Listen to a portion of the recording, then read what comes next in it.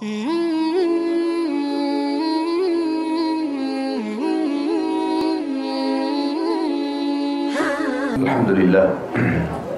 tidak pernah berhenti lisan kita memuji Sang Pencipta Allah. Sebagai seorang muslim kita sangat yakin bahwasanya yang telah menyiapkan makanan kita, minuman kita, pakaian, udara, air, batu, apa saja yang akhirnya roda kehidupan ini bisa berjalan, ialah Allah. Kalimat la ilaha illallah bukti dari semua itu. Tidak ada Tuhan, pencipta, pemilik, penguasa, semua yang di langit, semua yang di bumi, semua yang di kedalaman lautan kecuali Allah. Dan kita yakini, kita jalankan dalam kehidupan kita sehari-hari kalimat ini dan kita hidup dan mati di atasnya. Melanjutkan bedah buku kita, kiat-kiat hijrah dari kemaksiatan dan istiqamah dalam ketaatan. Ibadah kepada Allah Subhanahu wa Ta'ala punya kenikmatan.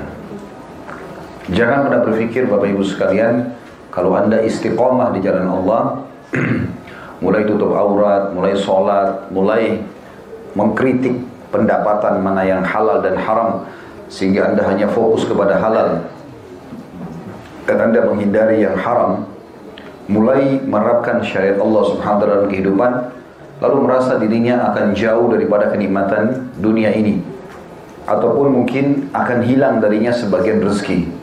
Ini semua pemahaman yang keliru.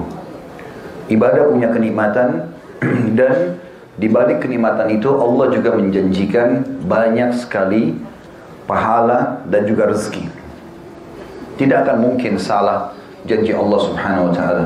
Allah Subhanahu wa Ta'ala pasti benar dengan janjinya.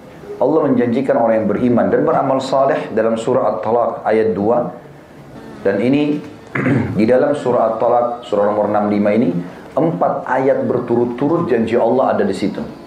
Bagi orang yang bertakwa atau orang yang patuh dan coba istiqamah di atas agama Allah. Di ayat 2-nya, di akhir ayat 2 Allah mengatakan a'udzubillahi minasyaitonirrajim wa may yattaqillaha yaj'al lahu makhraja. Siapa yang bertakwa kepada Allah, makna takwa patuh. Allah halalkan dia nikmati, Allah haramkan dia jauhi. Allah perintahkan dia kerjakan, Allah larang dia jauhi. Maka Allah mengatakan Allah akan berikan kepadanya makhraja. Allah menggunakan kalimat ini mengatakan wa may yattaqillaha yaj'al lahu makhraja. Tidak mungkin salah. Allah mengatakan siapapun yang bertakwa pasti Allah akan berikan makhraja, solusi, jalan keluar dari permasalahannya. Kalau kita kerja di sebuah tempat haram, kita tinggalkan, Allah kasih pasti yang pekerjaan halal. Kita meninggalkan perzinahan, Allah akan kasih pasangan yang halal. Apapun yang kita tinggalkan yang buruk, kita akan dialihkan kepada yang baik. Itu janji Allah di At-Talaq ini. Dan ini diyakini oleh ribuan bahkan miliaran manusia orang-orang beriman dari zaman Nabi SAW sampai menjelang hari kiamat nanti. Wa yarzuqhu min haitsu la yahtasib. Dan Allah sebutkan secara khusus rezeki. Dan Allah akan berikan kepadanya rezeki dari tempat yang ia tidak sangka-sangka. Nggak masuk di benaknya. Kok bisa dapat proyek ini? Kok bisa saya dapat rezeki ini? Kok bisa saya dapat panduan ini? Kok bisa saya dapat pasangan itu? Nanti akan keluar dari lisannya Bapak Ibu itu.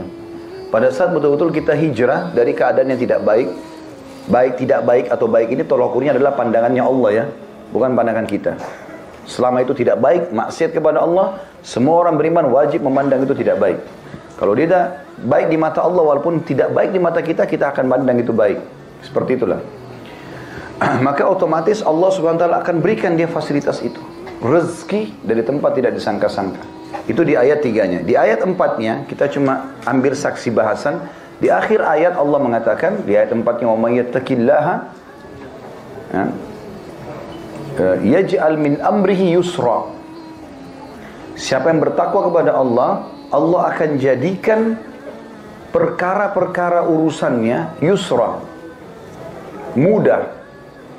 Begini memahaminya, kata sebagian ulama tafsir, ayat 4 surah At-Talaq ini sangat relevan dengan ayat 2. Ayat 2 tadi kan diberikan makhraj, jalan keluar. Ayat 4 Allah bilang makhrajnya itu yusra, mudah. Contoh misal, ada orang sembuh dengan cara operasi. Tapi dari ayat ini, kalau dia betul-betul bertakwa kepada Allah, tanpa operasi dia bisa sembuh. Ayat 4 ini memastikan makhrajnya tadi, jalan keluarnya nggak sulit buat dia, yusra, mudah. Bahkan puncaknya untuk masuk ke dalam surga itu memang harus menjadi orang yang bertakwa. Artinya patuh kepada Allah. Allah bilang halal dia nikmati, Allah bilang haram dia jauhi. Dia istiqomah di situ. Bahasan kita masalah itu. Kiat-kiat hijrah agar bisa istiqomah dalam ketaatan kepada Allah dan meninggalkan kemaksiatan. Dalam surah Al-Imran, surah nomor 3 ayat 133, Allah sebutkan masalah yang masuk surga nanti di akhirat hanya orang yang bertakwa. A'udzubillahi minasyaitonir rajim, wasari'u ila maghfiratin min rabbikum wa jannatin arduha as-samawati wal ardu iddat lil muttaqin. Al-Imran surah nomor 3 ayat 133, dan berlumba-lumbalah kalian kepada pengampunan Tuhan kalian. Yang pertama Allah angkat dari hati seorang hamba yang melakukan kemaksiatan adalah kenikmatan ibadah itu. Begini maksudnya. Kalau teman-teman hadir di sini bilang sama saya, Ustaz, saya kalau sholat susah sekali khusyuk, sering menghayal. Saya kalau mau zikir malas rasanya, baca Quran malas. Setiap kalau mau buat pahala, sholat malam lah dan saya malas, kayaknya sulit. Tapi kalau buat maksiat itu mudah.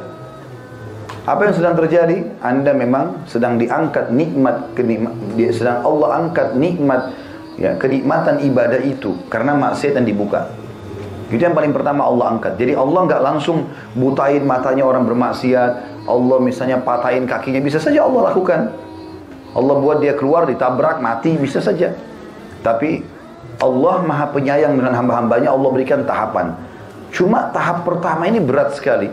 Maksudnya adalah, kalau orang buat dosa, akan diangkat kenikmatan ibadah darinya. Jadinya tidak nikmat lagi ibadah itu. Padahal sebenarnya itu nikmat yang sangat besar. Bisanya kita sujud, mohon kepada Allah, menangis, kita baca Quran rasanya nggak mau berhenti, kalau berdoa rasanya nggak mau menutup doanya, selalu ingin komunikasi sama Tuhannya. Itu mahal sekali, dan itu yang pertama hilang kalau orang buat maksiat. Kalau Bapak Ibu merasakan ini, maka perbanyak taubat kepada Allah SWT. Dan saya katakan itu hari, saya ingatkan kembali terapinya.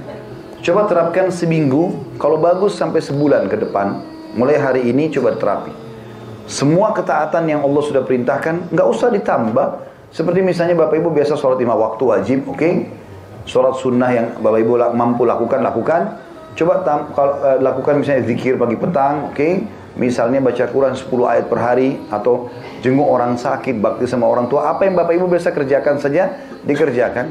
Tapi sisi yang lain, Bapak Ibu lebih tahu masing-masing dosa apa yang sedang Anda lakukan. Tutup kerannya. Jangan lakukan lagi dosa itu. Biarkan ketaatan ini terus naik, dan ini tertutup. Nanti di sini akan ada kehusyuannya. Akan muncul nanti perasaan nyaman sholat itu, nyaman baca Quran itu, dan seterusnya, karena dosanya sudah tertutup. Kalau ini masih dibuka dan masih berimbang, maka tidak ada kenikmatan ibadah, tidak ada kenikmatan juga berbuat dosa itu. Kalau Bapak Ibu kerjakan ini, terus ibadah yang rutin saja, yang wajib-wajib misalnya, dosanya ditutup, nanti akan naik terus rate-nya, dosanya turun. Nanti lama-lama makin kental terasa keimanan itu. Sampai pada tingkat Bapak Ibu bisa jijik dengan dosa itu. Kok kenapa orang itu begitu ya? Kok kenapa dulu saya buat ya? Begitu nanti. Saya tanya sendiri beberapa jemaah saya yang sudah coba terapkan ini. Bagaimana perasaannya, akhi? Oh, saya bertanya-tanya, Ustaz, kenapa dulu saya buat itu ya? Kemana uang saya keluarin dulu begini dan begitu? Itu dulu ada kisahnya. Para sahabat begitu, seperti Ikrimah bin Abi Jahal radhiyallahu anhu. Ini dulu sama ayahnya Abu Jahal suka sekali perangi Islam. Abu Jahal Fir'aunnya umat ini, meninggal dalam keadaan kafir. Anaknya ini Ikrimah selalu ikut ayahnya. Pokoknya kalau mau nyerang Islam, nyumbang duit, dia nyumbang duit, nyumbang pasukan-pasukan, senjata perang, segala macam hal. Terakhir pembebasan kota Mekah, dia masuk Islam. Setelah dia masuk Islam, Allah tanamkan iman dalam hatinya, maka dia melihat Al-Quran sambil dia baca, dia faham. Maka dia mengatakan, inilah perkataan Tuhanku yang aku lalaikan selama ini. Sambil dia nangis gitu. Lalu dia mengatakan, ya Rasulullah, sebagai bukti keimanan saya dan pembersihan terhadap kesalahan saya yang lalu, maksudnya supaya jangan ada bekasnya, maka saya akan berinfak di jalan Allah sebesar dulu saya infak untuk memerangi agama Allah ini. Maka dia menebus kesalahannya dulu dengan membayar infaknya. Misal dulu dia sering, naudzubillah, mudah-mudahan sih tidak, tapi ada orang sering traktir temannya di diskotik, perzinahan, hotel dia yang bayarin segala macam. Sekarang bentuk taubatnya dia harus bersihkan itu. Kira-kira supaya dia bisa rasakan kenikmatan imannya, Kira-kira dulu saya biasa bayarin orang berapa sih? Sedekahin sejumlah itu walaupun dicicil. Dengan niat membersihkan itu. Insya Allah akan hilang. Karena selama bekas ada, maka kita akan terus mengingat. Kenapa teman-teman ada yang pernah berbuat dosa, setahun kemudian terjerumus lagi? Karena dia nggak bersihkan bekasnya. Bekasnya masih ada. Sehingga bisa dipicu oleh syaitan. Salah satu ciri teman-teman tobat kita diterima oleh Allah SWT, kata sebagian ulama, adalah kita lupanya terhadap dosa itu. Misal contoh, orang pernah tonton, naudzubillah, film porno yang tidak benar, kemudian dia tonton. Terus dia tobat sekarang. Kalau kapan dia satu waktu ada pemicu untuk nonton lagi, kemudian dia lupa, dia tidak tahu ini cuplikan apa. Itu berarti dulu tobatnya sudah diterima, karena dia sudah lupakan, bekasnya pun hilang. Seperti itulah kurang lebih gambaran apa yang kita ingin titik beratkan ini.